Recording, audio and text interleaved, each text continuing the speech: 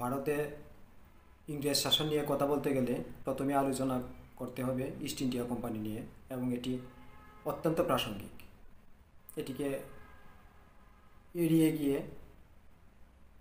আলোচনা করার কোনো সুযোগই নেই, কারণ ভারতে ইংরেজ শাসনের সূত্রপাতই ঘটেছে ইস্ট ইন্ডিয়া কোম্পানি নিয়ে।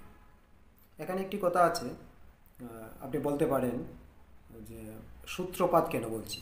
আসলে ভারতের ইংরেজ শাসনটাকে দুই ভাগে ভাগ করা যায়। 1757 সালে পলাশির যুদ্ধের মাধ্যমে ইংরেজ আধিপত্য বিস্তার এবং 1764 সালে বক্সারের যুদ্ধের মাধ্যমে ব্রিটিশ শাসন কায়েম। তারপর 1857 সালে সিপাহী বিদ্রোহের মাধ্যমে আসলে এই ব্রিটিশ ইস্ট ইন্ডিয়া কোম্পানিটি ভেঙে যায় এবং তখন সরাসরি ব্রিটিশ সরকারের গভর্নর শাসন জারি হয়। এটি সরাসরি ব্রিটিশ সরকারের অধীনে চলে যায়। কাজেই ব্রিটিশ শাসনকে এখানে দুইটি ভাগে ভাগ করতে হচ্ছে। এজন্য বললাম যে ব্রিটিশ শাসন নিয়ে কথা বলতে গেলে প্রথমে ইস্ট ইন্ডিয়া কোম্পানি নিয়ে কথা বলতে হবে। বিষয়টি আমাদের অস্তিত্বের সঙ্গে এতটাই জড়িয়ে আছে যে চাইলেও এটিকে অতি সংক্ষেপে আলোচনা করার কোনো সুযোগ নেই। তাই আমি এই ভিডিওটি কয়েকটা খণ্ডে বিভক্ত করেছি, যেগুলো পর্যায়ক্রমে আপনাদের সামনে আসবে। প্রথমেই আমাদের জানতে হবে ইস্ট ইন্ডিয়া কোম্পানি আসলে কী বা কারা, এর উদ্দেশ্যই মূলত কী ছিল। ইস্ট ইন্ডিয়া কোম্পানি হচ্ছে মূলত একটি ব্রিটিশ ব্যবসায়িক গোষ্ঠী। তারা 1599 সালে একটি সংস্থা হিসেবে গঠিত হয় এবং 1600 খ্রিস্টাব্দের 31শে ডিসেম্বর এটি রানী প্রথম এলিজাবেথের কাছ থেকে রাজকীয় সনদপ্রাপ্ত হয় এবং এর মাধ্যমে তারা পূর্ব এশিয়া তথা ভারতে একচেটিয়া ব্যবসা করার অধিকার লাভ করে। এখানে বলে রাখা ভালো, ওই সময়ে ইউরোপে ইস্ট ইন্ডিয়া কোম্পানি নামে আরও দুটি কোম্পানি ছিল। একটি ছিল ডাচ ইস্ট ইন্ডিয়া কোম্পানি এবং অন্য আরেকটি ছিল পর্তুগিজ ইস্ট ইন্ডিয়া কোম্পানি। এই ডাচ ইস্ট ইন্ডিয়া কোম্পানি এবং পর্তুগিজ ইস্ট ইন্ডিয়া কোম্পানি ওই সময়ে পূর্ব এশিয়ায় তথা ইন্দোনেশিয়া এবং পারস্যে অর্থাৎ ইরানে দুর্দণ্ড প্রতাপে ব্যবসা করছে, বিশেষ করে মশলার ব্যবসা। আর এই মশলা এবং চায়ের আমদানির জন্যই মূলত ব্রিটিশ ইস্ট ইন্ডিয়া কোম্পানি গঠিত। তো ডাচ এবং পর্তুগিজরা ছিল দুর্দণ্ড প্রতাপশালী। তারা তখন, বিশেষ করে ডাচরা, ওই সময়ে ভারতের সাথেও তাদের বাণিজ্য স্থাপন করেছে এবং পরবর্তীতে 1664 খ্রিস্টাব্দে ফরাসি একটি কোম্পানিও ইস্ট ইন্ডিয়া কোম্পানি অফ ফরাসি নামে নিবন্ধিত হয়। তাদের উদ্দেশ্য ছিল ভারতে ব্যবসা করা, যদিও বাকি তিনটি কোম্পানির কোনো রাজনৈতিক উদ্দেশ্য ওই সময় পর্যন্ত না থাকলেও ফরাসি ইস্ট ইন্ডিয়া কোম্পানিটি গঠিতই হয়েছিল মূলত ব্যবসায়ের আড়ালে রাজনৈতিক উদ্দেশ্য নিয়ে, রাজনৈতিক আধিপত্য বিস্তার নিয়ে, যদিও তারা পরবর্তীতে ব্রিটিশদের সাথে পেরে ওঠেনি এবং আধিপত্য বিস্তার করতে পারেনি। তো যাই হোক, আমাদের আলোচনার বিষয় British East India company. British East India কোম্পানির পূর্ণ নাম the governor and company of merchants of London trading with east Indies. তবে এটি ব্রিটিশ ইস্ট ইন্ডিয়া কোম্পানি নামেই অধিক পরিচিত। এখানে একটি তথ্য দিয়ে রাখি, যেটা নিয়ে আমরা পরবর্তীতে আলোচনা করব। ব্রিটিশ ইস্ট ইন্ডিয়া কোম্পানি কিন্তু এখনও বিদ্যমান, তবে এটির বর্তমান মালিক একজন ভারতীয় এবং এটি ব্রিটেনে একটি বিশেষত চা, কফি এবং মশলার জন্য বিখ্যাত একটি প্রতিষ্ঠান। 1601 সালে স্যার জেমস ল্যাঙ্কেস্টার প্রথমবারের মতো 4টি জাহাজ নিয়ে পূর্ব এশিয়া তথা ভারতের উদ্দেশ্যে রওনা হন। প্রথমেই 4টি বাণিজ্যিক জাহাজ নিয়ে রওনা দেওয়ার একটি অন্য উদ্দেশ্য ছিল, সেটি হচ্ছে তখন সমুদ্রপথ বাণিজ্যিক জাহাজের জন্য মোটেও ততটা নিরাপদ ছিল না। বিশেষ করে এই রুটে পর্তুগিজ এবং ডাচরা ছিল দুর্দণ্ড প্রতাপশালী। তারা ব্যবসা যেরকম করত, তেমনি সুযোগ পেলেই একে অন্যের জাহাজ লুটের উদ্দেশ্যে মাঝ সমুদ্রে আক্রমণ করে বসত। কাজে নিরাপত্তার স্বার্থে ব্রিটিশ স্যার জেমস ল্যাঙ্কেস্টার তখন 4টি জাহাজ নিয়ে রওনা হন। 1, এতে অধিক মালামাল নিয়ে ব্রিটেনে ফেরত যাওয়া যাবে। 2, তাদের জাহাজগুলো একে অন্যের নিরাপত্তার স্বার্থে কাজ করতে পারবে। এই 4টি জাহাজের অর্থাৎ ব্রিটিশ ইস্ট ইন্ডিয়া কোম্পানির প্রথম 4টি জাহাজের প্রাথমিক গন্তব্য ছিল ইন্দোনেশিয়া। কারণ তখন ইন্দোনেশিয়া এবং পারস্য অর্থাৎ ইরান তাদের মশলার জন্য ইউরোপের বাজারে বেশ বিখ্যাত ছিল, তাদের মশলার অনেক কদর ছিল এবং ভারতের বাজারটি তো কোনো পরীক্ষিত বাজার নয়। তো যাই হোক, তারা ইন্দোনেশিয়ার উপকূলে ভিড়তে পারেনি মূলত ডাচ এবং পর্তুগিজদের বাধার মুখে। তারা সেখানে নোঙ্গর করতে না পেরে পিছিয়ে আসে এবং ভারতের সুরাট উপকূলে জাহাজগুলো নোঙ্গর করে। যারা জানেন না তাদের জন্য বলছি, সুরাট হচ্ছে ভারতের গুজরাট রাজ্যের সমুদ্র উপকূলবর্তী একটি শহর। স্যার জেমস ল্যাঙ্কেস্টার যে জাহাজটির মধ্যে ছিলেন সেটি ইতিহাসে রেড ড্রাগন নামে পরিচিত। ভারতের অধিপতি তখন সম্রাট আকবর। স্যার জেমস ল্যাঙ্কেস্টার তার জাহাজগুলো সুরাট উপকূলে নোঙ্গর করে রওনা হন আকবরের দরবারে ব্যবসার অনুমতি অর্থাৎ বাণিজ্যের অনুমতি এবং একটি স্থায়ী স্থাপনা করার অনুমতি প্রার্থনার আশায়। কিন্তু বিচক্ষণ আকবর তখন ল্যাঙ্কেস্টারকে খুব একটা বিশ্বাসযোগ্য মনে করেননি। তথাপিও তিনি শর্ত সাপেক্ষে তাদেরকে বাণিজ্য করার অনুমতি প্রদান করেন অস্থায়ীভাবে। তার অন্য একটি উদ্দেশ্য ছিল ডাচদের আধিপত্য খর্ব করা। পরবর্তীতে সম্রাট আকবরের মৃত্যুর পর 1608 সালে সম্রাট জাহাঙ্গীরের আমলে তারা প্রথম স্থায়ী কারখানা করার অনুমতি লাভ করে এবং সেটি স্থাপন করে ভারতের সুরাটে। এখানে প্রসঙ্গক্রমে একটি কথা না বললেই নয়, সেটি হচ্ছে এই স্থায়ী স্থাপনা গড়ার পেছনে একটি রাজনৈতিক মেরুকরণ ছিল, আর সেটি হচ্ছে সম্রাট আকবর তার ছেলে জাহাঙ্গীরকে খুব একটা পছন্দ করতেন না তার উচ্ছৃঙ্খল জীবনযাপনের জন্য। তিনি বরং জাহাঙ্গীরের ছেলে খুররমকে, পরবর্তীতে যিনি শাহজাহান নাম ধারণ করেছেন, সেই খুররমকে বিভিন্ন সামরিক দায়িত্ব দিয়ে তৈরি করছিলেন পরবর্তী সম্রাট হিসেবে।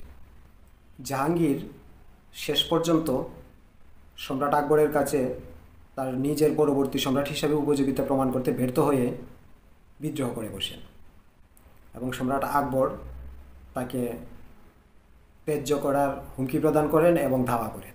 জাহাঙ্গীর তখন পালিয়ে গিয়ে গোপনে সেই ব্রিটিশদের বাণিজ্য জাহাজে গোপনে আশ্রয় নেন। মূলত সেটি ছিল সর্বনাশের প্রথম শুরু। যাই হোক, পরবর্তীতে জাহাঙ্গীর বিভিন্ন মাধ্যমে যোগাযোগ তৈরি করে নিঃশর্ত ক্ষমা প্রার্থনার মাধ্যমে সম্রাট আকবরের সাথে একটা সমঝোতায় পৌঁছান এবং রাজদরবারে ফেরত আসেন। পরবর্তীতে সম্রাট আকবরের মৃত্যুর পর সম্রাট জাহাঙ্গীর যখন সিংহাসন আরোহণ করলেন, তখন ব্রিটিশদের প্রতি কৃতজ্ঞতা স্বরূপ সুরাটে তাদের কারখানা স্থাপনের অনুমতি প্রদান করলেন এবং এই সুযোগে জাহাঙ্গীরের রাজদরবারে ব্রিটিশদের আনাগোনার অবাধ আনাগোনা সুযোগ তৈরি হয়। এতে করে ডাচরা কিছুটা কোণঠাসা হয়ে পড়ে এবং ব্রিটিশরা বাণিজ্যে আধিপত্য বিস্তার করে। তখন পর্যন্ত তাদের রাজনৈতিক কোনো উদ্দেশ্য ছিল না। হ্যালো বন্ধুরা, welcome back. Let's listen to next. আমরা কথা বলছিলাম ভারতবর্ষে ব্রিটিশ শাসন নিয়ে। ব্রিটিশ শাসনের প্রারম্ভিকতা নিয়ে আমরা এতদিন কথা বলেছি। তো গোড়াপত্তন তো হয়ে গেল। আমরা বলেছি, আমরা দেখেছি যে ব্রিটিশ কোম্পানি, ইস্ট ইন্ডিয়া কোম্পানির কোনো রাজনৈতিক অভিলাষ ছিল না, তাদের দেশ শাসনের কোনো পরিকল্পনা ছিল না। তাদের একমাত্র উদ্দেশ্য ছিল এই ভারতীয় উপমহাদেশে ব্যবসা বাণিজ্য। তাহলে তারা কি করে দেশ শাসনের মতো একটা গুরুবার তারা গ্রহণ করলেন কিংবা এর প্রতি অভিলাষী হলেন? চলুন একটু ফিরে দেখি। এই পর্যায়ে ব্রিটিশ ইস্ট ইন্ডিয়া কোম্পানির কার্যকলাপের চেয়ে এখানে অনেক বেশি প্রাসঙ্গিক মুঘল সাম্রাজ্য, অর্থাৎ মুঘলদের শাসন। কারণ যেহেতু তাদের রাজনৈতিক অভিলাষ ছিল না, তাহলে আমাদের ফিরে দেখতে হবে কি করে তারা এই পথে এগুলেন বা করতে বাধ্য হলেন কিংবা অনুপ্রাণিত হলেন। 1608 সালে যখন তারা প্রথম কারখানাটি স্থাপনের অনুমোদন পায় সম্রাট জাহাঙ্গীরের আমলে, তখন তারাও হ্যাপি ছিল, মুঘল সম্রাটরাও হ্যাপি ছিল। ধীরে ধীরে তাদের ব্যবসা বাণিজ্য বড় হতে থাকে, তারা মুনাফা করতে থাকে এবং মুনাফার একটি বড় অংশ ট্যাক্স হিসেবে মুঘলদের সাম্রাজ্যে যোগ হতে থাকে। সবাই হ্যাপি ছিল। ভারতীয় যে জনগোষ্ঠী, বিশাল জনগোষ্ঠী, তাদের কর্মসংস্থানের সুযোগ হচ্ছিল, কাজেই তারাও হ্যাপি ছিল। চলুন আমরা মুঘল সাম্রাজ্যের শাসকদের সাধারণ কিছু বিষয় আমরা পর্যালোচনা করি। এটা প্রাসঙ্গিক। ব্রিটিশদের এই টার্ন করা, রাজনৈতিক অভিলাষের দিকে টার্ন করাটা জানতে হলে একটু পেছন থেকে একটু ফ্ল্যাশব্যাক করে আসতে হবে। আসলে মুঘল সাম্রাজ্যের শাসন ব্যবস্থাকে, মূল যে পার্টটা, সেটাকে দুইটা তিনটা ভাগে ভাগ করা যায় না, দুটা তিনটা দিকে আমরা আলোকপাত করতে পারি। যেমন বাবরের সময়টা ছিল যুদ্ধবিধ্বস্ত একটা সময়। জয় পরাজয়ের ভিতর দিয়ে বাবর অনেক চড়াই উতরাইয়ের ভিতর দিয়ে এই ভারতীয় সাম্রাজ্য প্রতিষ্ঠা করেন, মুঘল সাম্রাজ্য প্রতিষ্ঠা করেন। তিনি ছিলেন অসম্ভব দূরদর্শী একজন যোদ্ধা। তারপর তার ছেলে হুমায়ুনের সময়টাকে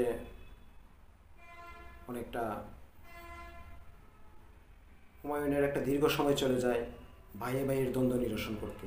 তাদের যে 4 ভাই ছিল, 4 ভাইয়ের দ্বন্দ্ব নিরসনে, বাবরের নির্দেশ পালনে এবং তাদের ভাইয়ের বিদ্রোহ দমনে হুমায়ুন যেমন কঠোর হতে পারেননি, তেমনি এগুলোকে সামাল দিয়ে চলতেই তার সাম্রাজ্যটা আসলে শেষ হয়ে যায়। এটা ছিল ভাইয়ে ভাইয়ে দ্বন্দ্বের একটা কাল। তারপর আসে সম্রাট আকবর। হ্যাঁ, এটা মুঘল সাম্রাজ্যের স্বর্ণযুগ। এই সময়টাতেই মুঘল সাম্রাজ্য ব্যাপক বিস্তৃতি লাভ করে। সম্রাট আকবর ছিলেন একজন সত্যিকারের যোদ্ধা, সত্যিকারের বিজেতা এবং কঠোর একজন শাসক। মুঘল সাম্রাজ্যের সবচেয়ে বেশি অর্জন এই আকবরের আমলে। তো আকবর পরবর্তী আসে আমাদের সেই আলোচ্য সম্রাট জাহাঙ্গীর। তার শাসন সময়টা খুব একটা দীর্ঘ ছিল না, একেবারেই কম বলা চলে, মাত্র 20-22 বছরের একটা শাসন আমল এবং একটা ঘটনাবহুল শাসন আমল। যাক, তারপরেও তাকে সফল বলা যায়। এরপরে আসে আরেকজন আলোচিত শাসক, সম্রাট জাহাঙ্গীরের পুত্র সম্রাট শাহজাহান। তার নাম ছিল খুররম, পারিবারিক নাম খুররম। খুররম থেকে তিনি যখন 1627 সালে সিংহাসন আরোহণ করেন, তখন নিজের নাম নিজেই পরিবর্তন করে রাখেন সম্রাট শাহজাহান, অর্থাৎ পুরুজাহানের সম্রাট। তার সময়টা ছিল খুবই রোমান্টিক এবং স্থাপত্য শৈলের এক স্বর্ণযুগ।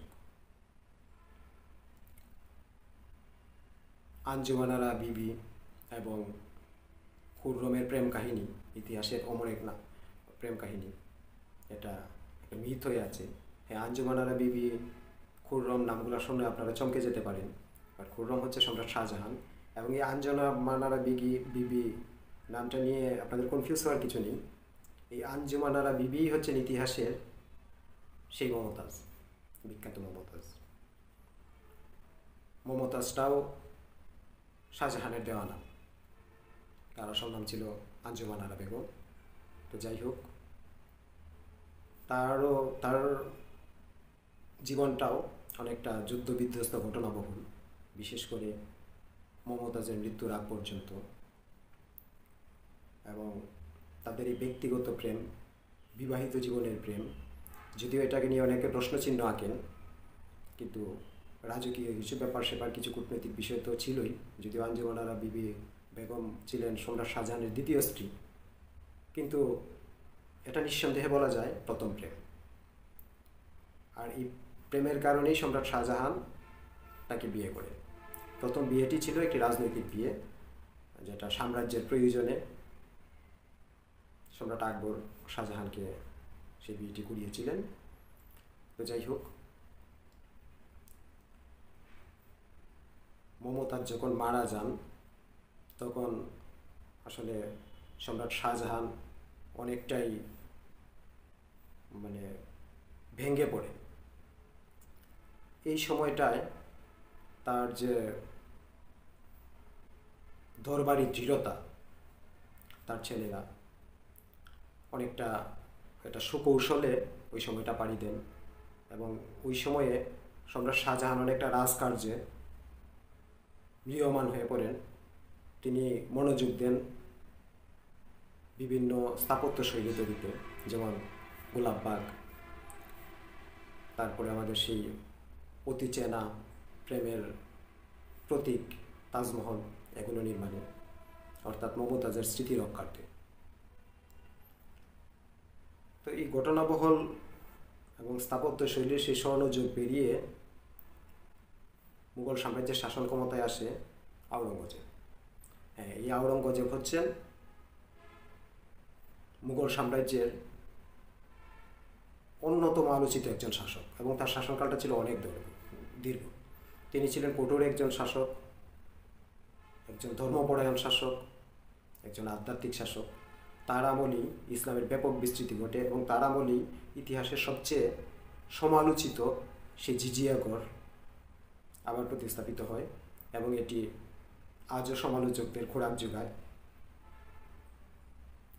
অন্যতম যে সমালোচনামূলক কাজ সম্রাট আওরঙ্গজেব করেছেন তার মাঝে প্রধানতম হচ্ছে এই জিজিয়াগড়। যাক, আমরা ওদিকে যাব না, আমরা আস্তে আস্তে ইস্ট ইন্ডিয়া কোম্পানির এদিকে ফেরত আসবো। কিন্তু এইসব ঘটনা প্রবাহের সাথে ইস্ট ইন্ডিয়া কোম্পানির খুব বড় যোগসাযোগ না থাকলেও এই ভারতীয় সাম্রাজ্যের কুটিনাটি তাদের কাছে দৃশ্যমান হচ্ছিল, অন্তর্কুন্তল দৃশ্যমান হচ্ছিল। তাদের ব্যবসায়িক এর ভিতরে যে ছোটোখাটো পতন এবং উত্থান, এগুলো তারা পর্যবেক্ষণ করছিল। তো মোটামুটি এই আওরঙ্গজেবের আমলটা ছিল ইস্ট ইন্ডিয়া কোম্পানির ব্যবসা প্রসারের একটা স্বর্ণযুগ। এতে মুঘল সাম্রাজ্য এবং ইস্ট ইন্ডিয়া কোম্পানি দুজনই হ্যাপি ছিল। তাদের ব্যবসার যেরকম প্রসার ঘটছিল, মুঘল সাম্রাজ্যের ভাণ্ডার সেরকম ফুলে পেঁপে উঠছিল, সে পর্যন্ত কোনো সমস্যাও ছিল না। কিন্তু মুশকিলটা হচ্ছে, আচ্ছা এই পর্যায়ে আপনাকে আমি একটা প্রশ্ন করি, আপনি অনেস্টলি একটা উত্তর দিবেন। আমার এখানে পারলে কমেন্টে দিবেন, না পারলে নিজেকে একটু প্রশ্ন করবেন। এই যে সময়টার কথা বলছি, তারপরে ইংরেজ শাসনের গোড়াপত্তন হতে আরও প্রায় 100 বছর, 100 বছরেরও অধিক সময়। কারণ ইংরেজ শাসনে আধিপত্য বিস্তার করে 1757 সালে এবং তাদের শাসন জারি করে 1764 সালে। তো সেই হিসাবে আমরা যে সময়টার কথা বলছি সেটা 100 বছর দীর্ঘ একটা সময়। এই সময়টায় অনেক কিছুই ঘটেছে, কিন্তু আসলে এগুলো নিয়ে কথা বলে সব কিছুগুলো নিয়ে বলা যাবে, কিন্তু আসলে কথা বলার মতো তেমন উল্লেখযোগ্য কিছু যে ঘটেছে তাও না। এগুলো ছিল অনেকটা ধারাবাহিকতা। এই সময়টা, এই লম্বা সময়টা আমি একটু স্কিপ করে যাওয়ার কারণটা ব্যাখ্যা করছি। আচ্ছা আপনি বলুন তো, এই যে মুঘল সাম্রাজ্যের দীর্ঘ একটা শাসন, আপনি কজন শাসকের নাম বলতে পারবেন, কজন সম্রাটের নাম বলতে পারবেন? সম্রাট বাবর থেকে সম্রাট আওরঙ্গজেব, এই নামগুলো একদম কার্চে লেখে তারপরের শাসককে, এগুলো সবাই ইতিহাস পড়তে হবে না, বাংলার যে কাউকে জিজ্ঞেস করলে বলে দেবে। কিন্তু তারপর আপনি যদি ইতিহাসের ছাত্র হয়ে থাকেন, তারপরও 2-1 জনের নামের বেশি বলতে পারবেন না।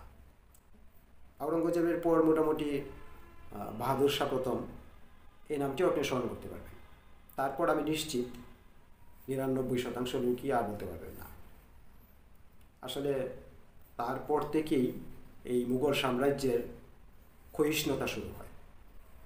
যদিও পতন ঘটেনি, কিন্তু ক্ষয়িষ্ণুতা শুরু হয়, অন্তর্কুন্দল শুরু হয়, যেগুলো সফল কোনো সমাধান ছিল না এবং বিভিন্ন ভাগে বিভক্ত হতে থাকে, অন্তর্কুন্দল বাড়তে থাকে ভিতরে ভিতরে।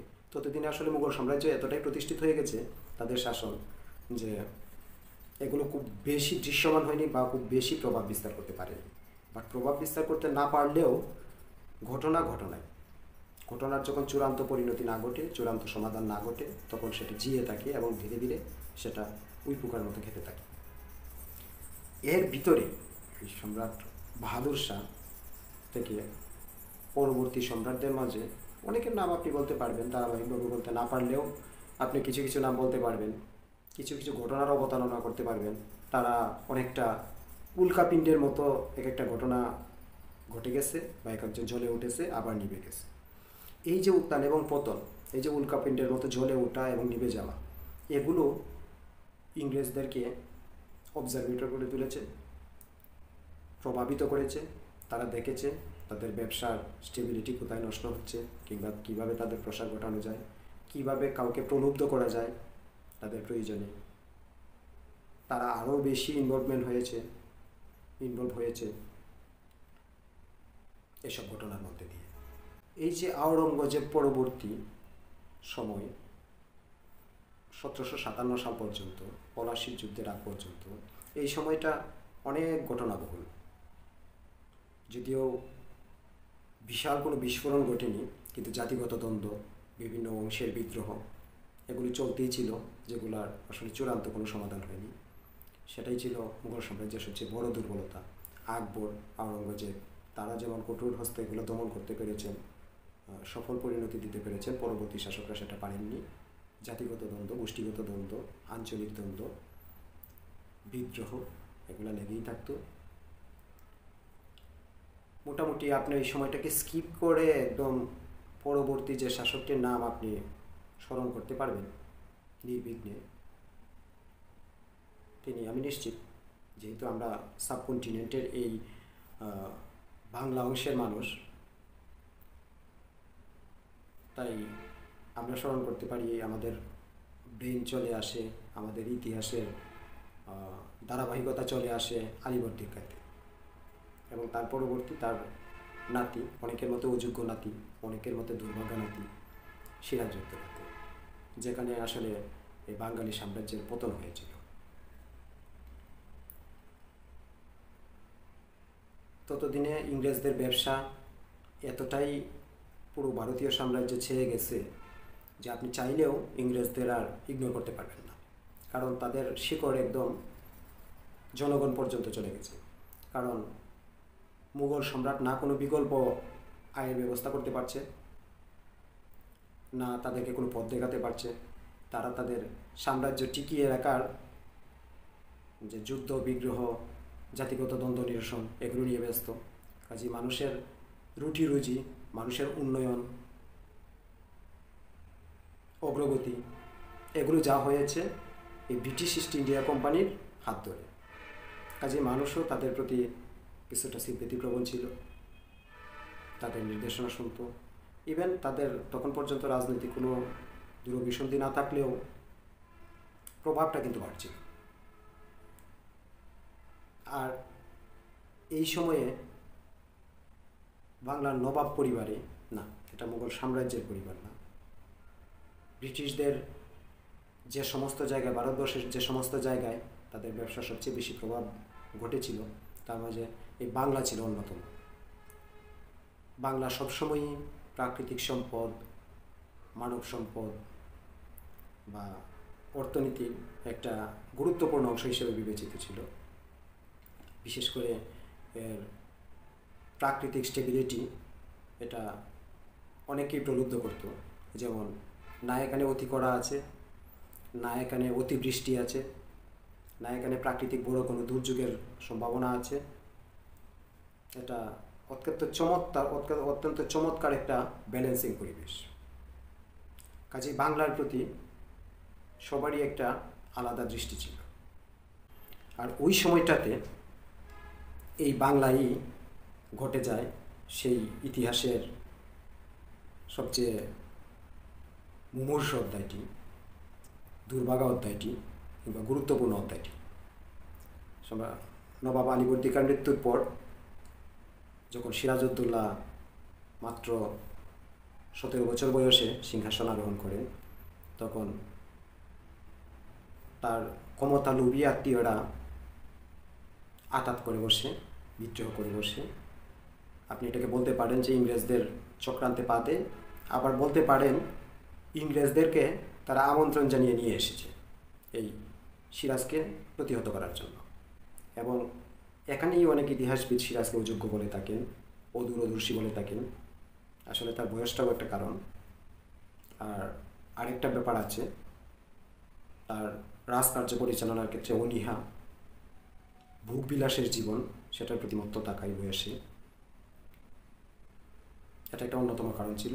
এই দুর্বলতাগুলো মীর জাফর ও সিটি বেগমরা কাজে লাগান, ইংরেজদেরকে প্রলুব্ধ করেন, তাদের কাছ থেকে ব্যবসায়িক বিভিন্ন সুযোগ সুবিধা নিয়ে তাদের ব্যক্তিগত স্বার্থে রাষ্ট্রীয় পতন ঘটাতে তারা দ্বিধাবোধ করেনি। আসলে এটাকে পতন বলা যাবে না, তারা তো কোনো ভাবেননি যে এতে বাংলার পতন হতে যাচ্ছে। তারা ভেবেছিলেন শাসন পরিবর্তন হতে যাচ্ছে, ক্ষমতা পরিবর্তন হতে যাচ্ছে। আর এই নীল নকশার অন্যতম চুক্তি হিসেবে সিরাজের পতনের পর আমরা দেখতে পাই বাংলার নবাব হিসেবে আবির্ভূত হয়েছেন মীর জাফর আলী খান, যেখানে মোগল সম্রাটরা খুব একটা আপত্তি করতে পারেননি, কারণ ইংরেজদের প্রভাবের কারণে। আর ইতিহাস তো সবসময় বিজেতাদের পক্ষে। তো যখন সে মীর জাফর ক্ষমতা আরোহণ করলেন, তখন তিনি অনুধাবন করতে পারলেন যে কী সর্বনাশ তিনি করেছেন। তিনি এটাকে না ফেলতে পারছেন গিলতে, না ফেলতে পারছেন উগড়ে ফেলে দিতে। ইংরেজরা এমনভাবে তাকে বাধ্য করতে শুরু করলো বিভিন্ন কাজে, যেটাকে কার্যত পরাধীনতাই বলা চলে। তবে তখনও নবাবের শাসন জারি ছিল। এবং এই সময়টাতে মীর জাফর আলী খাঁ খুব ভেঙে পড়েন, খুব অনুতপ্ত হন। যদিও ইতিহাসে এগুলো খুব একটা আসে না, কারণ তার যে সেই বেইমানির কাহিনী, সেই চক্রান্তের কাহিনী, এটা এতটাই সুপ্রতিষ্ঠিত এবং এতটাই প্রভাব বিস্তারকারী এবং একটা জাতির ভাগ্য নির্ধারণকারী যে পরবর্তীতে তার অনুশোচনার কোনো জায়গা থাকে না। তিনি শেষ পর্যন্ত ক্ষমতা ছেড়ে দেন তার মেয়ের জামাই মীর কাসিমের হাতে। মীর কাসিম ছিলেন অনেকটাই স্বাধীন চেতা। তিনি ক্ষমতায় আরোহণ করে ইংরেজদের সাথে অনেকটা বিরোধমূলক আচরণ শুরু করে। তিনি আস্তে আস্তে তার সেই বাংলার হারানো গৌরব ফিরিয়ে আনার লক্ষ্যে তিনি তার সেনাবাহিনীকে সমৃদ্ধ করা শুরু করেন, যুদ্ধের জন্য প্রস্তুত করা শুরু করেন, যেগুলোর কোনোটাই ইংরেজদের অজানা ছিল না এবং তারা এগুলো পর্যবেক্ষণ করছিলেন। তারা এগুলো ভালো চোখে দেখেননি, কিন্তু ভালো চোখে না দেখলেও মীর কাসিম ধীরে ধীরে সে পথে এগোচ্ছিলেন, যার ফলশ্রুতিতে চূড়ান্ত রূপে 1766 সালে বক্সারের যুদ্ধ অনুষ্ঠিত হয়। এই বক্সারের যুদ্ধ ছিল আসলে বাংলার ভবিষ্যৎ নির্ধারণী একটা যুদ্ধ। এই যুদ্ধে যদি মীর কাসিম জয়লাভ করতে পারতেন, তাহলে বাংলা তার স্বাধীন সগর্ব নিয়ে টিকে থাকত, আর তার পতনের ফলে বাংলার পতন হয়। আর এই বাংলার পতনের মধ্যে দিয়েই আসলে ইংরেজ শাসনের সূত্রপাত হয়। যদিও 1757 সাল থেকেই অনেকে ইংরেজ শাসন বলতে থাকে, বলা চলে, আসলে সেটা ছিল ইংরেজ প্রভাবিত শাসন, কিন্তু নবাবের শাসন ছিল। কিন্তু 1966 সাল পরবর্তী সময়ে সেটা সরাসরি ইংরেজদের হাতে চলে যায়, ইস্ট ইন্ডিয়া কোম্পানির হাতে চলে যায়। তখন থেকেই ইংরেজ শাসনের গোড়াপত্তন। এখন এই দীর্ঘ পথ পরিক্রমাকে আমি কেন স্কিপ করে গেলাম, কেন কোনো তত্ত্ব উপাত্ত উল্লেখ না করে একটা সাধারণ আলোচনার ভিতর দিয়ে আমি চলে গেলাম একটা দীর্ঘ সময়, ইতিহাসের একটা গুরুত্বপূর্ণ সময়। আসলে আপনি নিজেই বলুন তো, এই 1000 বছরের, এই 3000, 4000, 5000 বছরের পৃথিবীর ইতিহাসে আপনি কজন শাসকের নাম বলতে পারবেন? কতগুলো ইতিহাসের অবতারণা করতে পারবেন? আপনি অনেক পুরনো প্রভাবশালীদের নাম বলতে পারবেন, সো রিসেন্ট গত হওয়া তাদের নামও বলতে পারবেন না। তার কারণটা হচ্ছে ইতিহাস নায়ক উচিত আচরণ, খলনায়ক উচিত আচরণ মনে রাখি, এটাই ইতিহাস। আপনি ইতিহাসে টিকে থাকতে হলে আপনি গতানুগতি দিয়ে টিকতে পারবেন না। আপনি ইতিহাসের অংশ হতে হলে হয় আপনাকে নায়ক হতে হবে, নয়তো আপনাকে খলনায়ক হতে হবে। এছাড়া ইতিহাস আপনাকে মনে রাখবে না। মুঘল সাম্রাজ্যের ক্ষেত্রেও সেটাই ঘটেছে। এই সময়টাতে প্রভাব বিস্তারকারী তেমন কোনো বড় রকমের ঘটনা ঘটেনি যেটা ইতিহাসে মোড় ঘুরিয়ে দিতে পারে। কিন্তু ধারাবাহিকভাবে মুঘল সাম্রাজ্যের ক্ষয়িষ্ণুতা চলতে থাকে, যার শেষ পরিণতি এই বাংলার পতনের মধ্য দিয়ে। এখন বাংলায় কেন পতন হলো, অন্য কোথাও কেন হলো না? ওগুলোতে কি সেই বিদ্রোহ বা ক্ষমতার উত্থান পতন ছিল না? ছিল। আপনাকে একটা জিনিস মনে রাখতে হবে, আপনি যদি বাঙালির হাজার বছরের ইতিহাস পর্যালোচনা করেন, কয়েক হাজার বছরের ইতিহাস পর্যালোচনা করেন, আপনি দেখবেন বাঙালি অত্যন্ত রাজনীতি সচেতন একটা জাতি এবং সেই সাথে অত্যন্ত আবেগপ্রবণ একটা জাতি। তারা কোনো কালেই কারো অধীনতা মেনে নেয়নি, আবার কোনো কালেই তাদের স্বাধীনতা সার্বভৌমত্বকে খুব বড় রকমের কোনো কাজে লাগাতে পারে। তারা আবেগ দিয়ে সফলতা নষ্ট করেছে এবং কষ্ট দিয়ে তাদের সেই অর্জনকে পুনরায় ফিরিয়ে এনেছে, বারবার ফিরিয়ে এনেছে। বারবার তারা হাল ছেড়েছে, বারবার তারা ধরেছে। এবং এই বাংলা সবসময়ই সমৃদ্ধ একটা দেশ ছিল, বিশেষ করে পরিবেশগত দিক থেকে, আবহাওয়াগত দিক থেকে।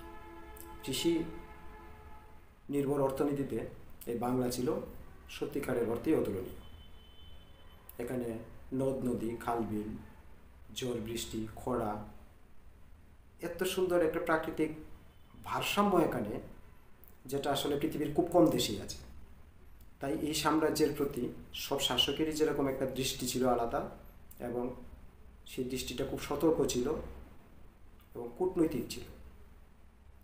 মুঘল সাম্রাজ্য বাংলায় যে খুব বেশি প্রভাব বিস্তার করতে পেরেছে তা কিন্তু না।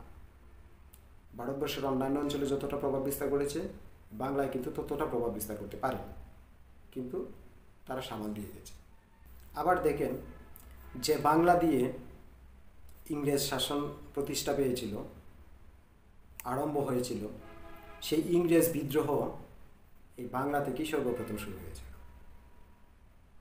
বাংলার পতনের মধ্য দিয়ে ভারতীয় সাম্রাজ্যের, ভারতীয় স্বাধীনতা সূর্যের পতন যেখানে শুরু, আবার এই বাংলা দিয়েই ব্রিটিশ বিরোধী আন্দোলন আরম্ভ হয়েছে এবং একটা দীর্ঘ সময় ব্রিটিশদের বিরুদ্ধে আন্দোলনে এই বাংলা অগ্রণী ভূমিকা পালন করেছে। বাঙালি জাতি এমনই, এরকম উত্থান পতন বর্তমানেও চলছে। আমরা অত্যন্ত আবেগে যেতে, যাক আমরা ওদিকে না যাই, আমরা যেটা নিয়ে কথা বলছিলাম সেখানেই থাকি।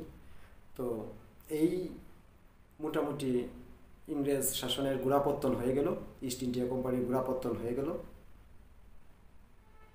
এখন আমরা দেখব এই ইংরেজ শাসন আমলে, এই যে ইংরেজরা একটা দীর্ঘ সময়, প্রায় 190 বছর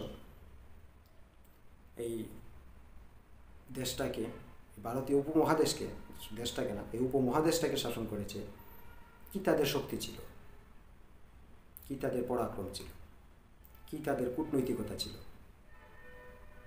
কিভাবে তারা করেছে, সেসব আমরা জানব, নিশ্চয়ই জানার চেষ্টা করব। সে পর্যন্ত ভালো থাকুন, সুস্থ থাকুন। Let's see. লাভের গুড় টাকা ইস্ট ইন্ডিয়া কোম্পানি, আর মাছি তাড়ানোর ভাড়টা থাকবে নবাবের হাতে। কি অভিনব এক চুক্তি। ওকে, আমরা দেখলাম কিভাবে ধীরে ধীরে ধীরে ধীরে ব্রিটিশরা তাদের আধিপত্য কায়েম করেছে, বাংলার শাসনভার গ্রহণ করেছে। কিন্তু এই যে শাসনভার গ্রহণ এবং প্রদানের প্রক্রিয়াটি, এটি কি আসলে যতটা সরল রৈখিকভাবে বলা গেল, ব্যাপারটা কি ঠিক এরকম ছিল? না, এতটা সহজ ছিল না, এতটা সরল ছিল না। তো চলুন আমরা একটু ফিরে দেখি সেই প্রক্রিয়াটি আসলে কেমন ছিল। বাংলার শেষ স্বাধীন নবাব, এটা নিয়ে অবশ্য যদিও কিছুটা বিতর্ক আছে, সেটা আমরা পড়ে যাচ্ছি। মীর কাসিম যখন ইংরেজদের আধিপত্য মেনে নিতে পারছিলেন না, তিনি সিদ্ধান্ত নিলেন ইংরেজদের প্রতিহত করার, এবং তারই ফলশ্রুতিতে অনুষ্ঠিত হয় 1964 সালের সেই বক্সারের যুদ্ধ। বক্সারের যুদ্ধের দুটো পক্ষ, একটা তো অবশ্যই ব্রিটিশ ইস্ট ইন্ডিয়া কোম্পানি, অপর পক্ষটি ছিল বাংলার নবাব মীর কাসিম, অযোধ্যার নবাব সুজাউদ্দৌলা এবং তখনকার মুঘল সম্রাট দ্বিতীয় শাহ আলমের সম্মিলিত বাহিনী। তো যাই হোক, সেই যুদ্ধে সেই সম্মিলিত বাহিনীর বাংলা, বিহার, উড়িষ্যাকে কেন্দ্র করে যে সম্মিলিত বাহিনী গঠিত হয়েছিল, অর্থাৎ নবাব মীর কাসিম, নবাব অযোধ্যার নবাব সুজাউদ্দৌলা এবং মুঘল সম্রাট দ্বিতীয় শাহ আলম, এই বাহিনীর চূড়ান্ত পরাজয় ঘটে ইংরেজরা জয়লাভ করে। এই জয়লাভের ফলে 1965 সালে একটি ত্রিপক্ষীয় চুক্তি স্বাক্ষরিত হয়, যেটা ইতিহাসে এলাহাবাদ চুক্তি নামে পরিচিত। সেই এলাহাবাদ চুক্তির চূড়ান্ত যে রূপটি ছিল, সেই এলাহাবাদ চুক্তিটি 3টি পক্ষ ছিল: মুঘল সম্রাট দ্বিতীয় শাহ আলম, অযোধ্যার নবাব সুজাউদ্দৌলা এবং British East India Company. Mir Qasim তখন কোনো পার্ট না, কারণ তখন সে পলায়ন করেছে, তার শাসন বলতে আর কিচ্ছু অবশিষ্ট নাই। তো এই 3 পক্ষের মাঝে একটা সমঝোতা চুক্তি স্বাক্ষরিত হয়, এলাহাবাদ চুক্তি। সেই চুক্তির ধারাটি ছিল এরকম: বাংলার কর আদায় করবে, বাংলা, বিহার, উড়িষ্যার কর আদায় করবে ব্রিটিশ ইস্ট ইন্ডিয়া কোম্পানি, এবং শাসন কার্য অর্থাৎ আইনশৃঙ্খলা রক্ষা, ফৌজদারি বিধি, এগুলো পরিচালনা করবে, এগুলোর দায়িত্ব ন্যস্ত থাকবে নবাবের উপরে। অনেকটা বাংলার প্রধানমন্ত্রী আর প্রেসিডেন্টের ক্ষমতার মতো, মানে সমস্ত ক্ষমতার অধিকারী প্রেসিডেন্ট, কিন্তু তিনি প্রধানমন্ত্রীকে ছাড়া কিছুই করতে পারেন না, অনেকটা এরকম। শাসন কার্য থাকবে নবাবের হাতে, ট্যাক্স আদায় করবে, কর আদায় করবে ব্রিটিশ ইস্ট ইন্ডিয়া কোম্পানি, অর্থাৎ লাভের গুড় টাকাবে ইস্ট ইন্ডিয়া কোম্পানি, আর মাছি তাড়ানোর ভাড়টা থাকবে নবাবের হাতে। কি অভিনব এক চুক্তি! তো যাই হোক, এর ফলশ্রুতিতে এই শাসন জারি হয়, অর্থাৎ কর আদায় করা শুরু করে ব্রিটিশ ইস্ট ইন্ডিয়া কোম্পানি, এবং শাসন কার্য পরিচালনা করতে থাকে, প্রশাসনিক দায়িত্ব পালন করতে থাকে তৎকালীন নবাব নিজামউদ্দৌলা। তৎকালীন নবাব নিজামউদ্দৌলা। এর ফলে আসলে যেটি হয়, শাসন কার্য মূলত পুরোটাই চলে যায় ব্রিটিশ ইস্ট ইন্ডিয়া কোম্পানির হাতে, কারণ একটা দেশের, একটা রাষ্ট্রের শাসন কার্যের কেন্দ্রবিন্দুই হচ্ছে সেখানকার অর্থনীতি। অর্থনীতিকে কেন্দ্র করেই সমস্ত কর্মকাণ্ড পরিচালিত হয়। তো সেই অর্থনীতির নিয়ন্ত্রণটা যখন ইস্ট ইন্ডিয়া কোম্পানির হাতে, তখন তাদের ইচ্ছামাফিকই বাদবাকি কার্যক্রম পরিচালিত হতে বাধ্য, এবং তাই হয়। এবং এতে সবচেয়ে বড় যে লাভটা হয় ইস্ট ইন্ডিয়া কোম্পানির, সেটা বাংলা, বিহার, উড়িষ্যার গণ্ডি পেরিয়ে তারা ভারতের অন্যান্য অঞ্চলে এই প্রভাবটা নীরবে বিস্তার করতে থাকে। কারণ এই বাংলা, বিহার, উড়িষ্যায় যত দুষ্নন্দ ঘুষ হিসাবে যত জনগণের যত রোষ ছিল, যত আক্ষেপ ছিল, যত ঘাটতি ছিল অধিকারের, সমস্ত দোষ চাপতে থাকে নবাবের উপরে। এবং এখানকার উন্নয়ন কেন্দ্রিক যত অর্থনৈতিক কর্মকাণ্ড, যত লাভ, অর্থাৎ আমরা যেটাকে রেভিনিউ বলি, সেটা চলে যায় ইস্ট ইন্ডিয়া কোম্পানির। এবং সেই অর্থনীতি দিয়ে যতটুকু উন্নয়ন তারা করেছে, সেটা এই বাংলা, বিহার, উড়িষ্যা তথা ভারতবর্ষের জনগণ দেখেছে যে ব্রিটিশ একটা কোম্পানি তাদের উন্নতি করে দিচ্ছে, অথচ দেশীয় শাসকরা তাদেরকে নিপীড়ন করছে, শোষণ করছে। ফলে যে লাভটা হয়, তারা ধীরে ধীরে এই প্রভাবটা অন্যান্য এলাকারও বিস্তার করতে থাকে। এখানে একটি নাম উল্লেখ করা হয়নি। ব্রিটিশ ইস্ট ইন্ডিয়া কোম্পানির তখনকার গভর্নর ছিলেন রবার্ট ক্লাইভ। আমরা তাকে খুব ভালোভাবেই চিনি 1757 সালের অন্তরালের কুশীলব হিসাবে ছিল রবার্ট ক্লাইভ। রবার্ট ক্লাইভ তখন মূলত বাংলার শাসন কেন্দ্রের কেন্দ্রবিন্দু এই বাংলা, বিহার, উড়িষ্যার। এভাবেই আসলে এই ভারতীয় উপমহাদেশের ওই ব্রিটিশ শাসনের গোড়াপত্তনটি হয়ে যায়, এবং তারা শাসন কার্যটা শুরু করে দেশীয় শাসকদের গাড়ি বন্দুক রেখে। সমস্ত দোষ দেশীয় শাসকদের, আর যতটুকু লাভ নেওয়া যায়, আদায় করে নেওয়া যায়, প্রভাব বিস্তার করা যায়, তা সবই করেছে ইস্ট ইন্ডিয়া কোম্পানি।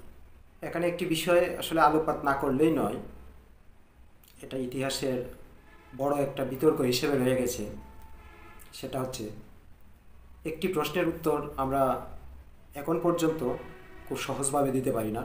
সেটা হচ্ছে বাংলার শেষ স্বাধীন নবাব কে। আমরা সাধারণভাবে এটা বলে থাকি সিরাজউদ্দৌলা। এক অর্থে এটা ঠিক, ইতিহাসের একটা পার্ট, অনেক ইতিহাসবিদ সেটাই মনে করেন। কারণ 1757 সালেই মূলত বাংলার স্বাধীনতার সূর্যটি অস্ত চলে যায় এবং কার্যত ব্রিটিশ শাসন শুরু হয়ে যায়। কিন্তু ইতিহাস শুধু আবেগ দিয়ে নির্ধারিত হয় না, প্রমাণাদি আছে, দলিলপত্র আছে, সেগুলো বলছে বাংলার শেষ স্বাধীন নবাব মীর কাসেম। ইতিহাসের আরেক দল ইতিহাসবিদ সেটাকে স্বীকৃতি দিচ্ছেন। কেন দিচ্ছেন? কারণ 1757 সালের পরে ব্রিটিশদের আধিপত্য থাকলেও কাগজে কলমে শাসনভার বাংলার নবাবের হাতেই ছিল। কিন্তু 1964 সালের বক্সারের যুদ্ধের পতনের পর, পরাজয়ের পর কার্যত মুঘল শাসন এখানে ছিল না, নবাবের শাসন ছিল না। কাজেই তিনি কাগজে পত্রে শেষ স্বাধীন নবাব। এরপরই মূলত প্রাতিষ্ঠানিকভাবে ইস্ট ইন্ডিয়া কোম্পানির শাসন শুরু হয়, যে শাসনটা ধীরে ধীরে সমগ্র ভারতবর্ষে ছড়িয়ে যায় এবং এটা আনটিল 1857 সাল পর্যন্ত বিদ্যমান থাকে। 1857 সালে যখন সিপাহী বিদ্রোহ শুরু হয়, আভ্যন্তরীণ অসন্তোষের কারণে যখন সিপাহী বিদ্রোহ শুরু হয়, তখন ইংরেজ সরকার এই কোম্পানির ক্ষমতা খর্ব করেন এবং সরাসরি ব্রিটিশ সরকারের শাসন জারি করে। অর্থাৎ কোম্পানির শাসনটি ছিল 1757 সাল থেকে, মতান্তরে 1765 সাল থেকে সেই এলাহাবাদ চুক্তি ধরে 1765 সাল থেকে 1857 সাল পর্যন্ত, এবং 1857 সাল থেকে শুরু হয় ব্রিটিশ সরকারের নিয়ন্ত্রণ। কোম্পানি শাসনের উপরেও সরকারের নিয়ন্ত্রণ ছিল, কিন্তু সেটা ছিল এক ধরনের চুক্তিভিত্তিক আধিপত্য। 1857 সালের পরে সরাসরি সেটা ব্রিটিশ সরকারের নিয়ন্ত্রণে চলে যায় এবং কোম্পানির ক্ষমতা খর্ব করেন, সরাসরি সরকার তাদের প্রতিনিধি নিয়োগ করেন, ভাইসরয় নিয়োগ করেন। আর এভাবেই বাংলাদেশ, পাকিস্তান, ভারত এবং বার্মা ব্রিটিশ সরকারের অধীনে চলে যায়। তো যাই হোক, এই কয়েকদিনে আমরা একটু আলোকপাত করলাম যে ব্রিটিশ শাসন আসলে কীভাবে শুরু হয়েছে, কিভাবে তারা আধিপত্য বিস্তার করেছে। এই যে তাদের কার্যক্রম তো শুরু হয়ে গেল এই বাংলা, বিহার, উড়িষ্যার মধ্য দিয়ে, আমরা এর পরবর্তী পর্যায়ে দেখব এটা কিভাবে আসলে সমগ্র ভারতবর্ষে বিস্তার লাভ করেছে, সেই বিস্তৃতিটা কীভাবে ঘটেছে এবং এর শেষ পরিণতি কী ছিল, স্বাধিকার আন্দোলনেরই বা কীভাবে কী হয়েছিল, আমরা সেগুলো নিয়ে আলোকপাত করার চেষ্টা করব। আজ এ পর্যন্তই। ভালো থাকবেন, সুস্থ থাকবেন। Thank you.